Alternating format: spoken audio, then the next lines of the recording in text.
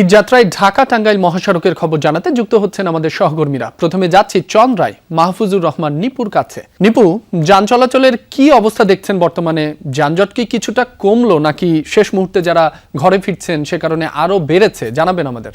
রাব্বির, হ্যাঁ, এখন কিছুটা যানবাহনের যে জটলা সেটা চন্দ্রাতে কিছুটা কমেছে, তবে যানবাহনের কিন্তু দীর্ঘ সারি এখন পর্যন্ত রয়েছে। যদি একটু দেখাতে চাই, আগে কিন্তু এই সড়কটিতে যানবাহন বেশ ঠাই হয়ে দাঁড়িয়েছিল এবং এই দাঁড়িয়ে থাকার সময়টাই বেশি ছিল। এখন কিন্তু আমরা দেখছি কিছুক্ষণ আগে থেকে গাড়ি কিন্তু ঠিক ধীরগতি হিসেবে চলাচল করছে। এখন পর্যন্ত যেই তথ্য আমার কাছে রয়েছে, চন্দ্রা থেকে গাজীপুর অংশ যেটি, সেই অংশে কিন্তু এখন যানজট নেই, মোটামুটি একেবারে স্বাভাবিকই বলা চলে এই চন্দ্রা অংশটুকু। এছাড়া চন্দ্রা থেকে যে সাভারের অংশ রয়েছে সেখানে কিছু অল্প একটু যানজট রয়েছে, যানবাহনের দীর্ঘ সারি রয়েছে। তো আইন শৃঙ্খলা রক্ষাকারী বাহিনী সকাল থেকে কিন্তু তৎপরতা বাড়িয়েছে। তারা বলছেন যে তাদের যে সর্বোচ্চ চেষ্টা সেটি কিন্তু তারা চালিয়ে যাচ্ছেন, এমন বিষয় কিন্তু তারা বারবার বলছেন।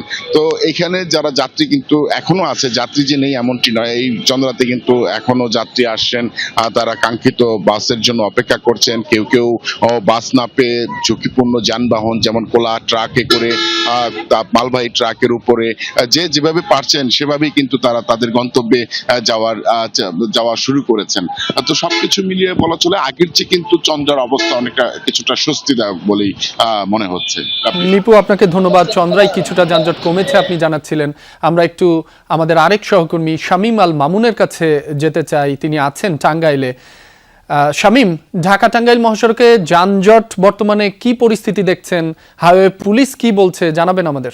রাব্বি, ঢাকা টাঙ্গাইল যমুনা সেতু মহাসড়ক একটি দুর্ভোগের মহাসড়ক। এটি প্রতি বছরই ঈদ আসলে এই ঢাকা টাঙ্গাইল যমুনা সেতু মহাসড়কে কিন্তু একটি দুর্ভোগের সৃষ্টি হয়, বিশেষ করে ঈদের আগের দিন যে যাত্রীরা যারা বাড়িতে ফিরেন ঈদ করার জন্য নারীর টানে, তারা কিন্তু এই যমুনা সেতুর রাস্তা দিয়ে ভোগান্তিতে তারা বাড়িতে ফিরেন।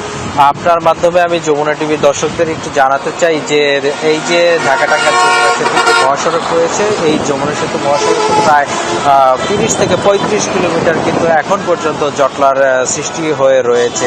মাঝে মধ্যেই কিছু গাড়ি ছাড়ছে, আবার মাঝে মধ্যেই গাড়ি আটকে যাচ্ছে, আবার কিছু কিছু জায়গায় ধীরে ধীরে গাড়ি চলছে। এভাবেই সারাদিন যাবত কিন্তু জটলার মাধ্যমে, ট্রেলের মাধ্যমে গাড়ি উত্তরবঙ্গমুখী যারা রয়েছে তারা বাড়ি ফিরছেন। এ বিষয়ে আমি টাঙ্গাইলের পুলিশ সুপারের সাথে কথা বলেছি। তিনি যে বিষয়টি জানিয়েছেন যে যেহেতু 65 কিলোমিটার চন্দ্রা থেকে এলাঙ্গা পর্যন্ত 65 কিলোমিটার যে রাস্তা রয়েছে, এই রাস্তাটা 4 লেন। এই 4 লেন থেকে হচ্ছে যে যখন এলাঙ্গা থেকে 13.5 কিলোমিটার যমুনা সেতু পর্যন্ত এটি কিন্তু 2 লেন, যার ফলে হচ্ছে যে এখানে গাড়ি যখন চলে আসে তখন কিন্তু এই 4 লেন থেকে যখন 2 লেনে চলে যায় তখন কিন্তু একটা জটলা বেঁধে যায়।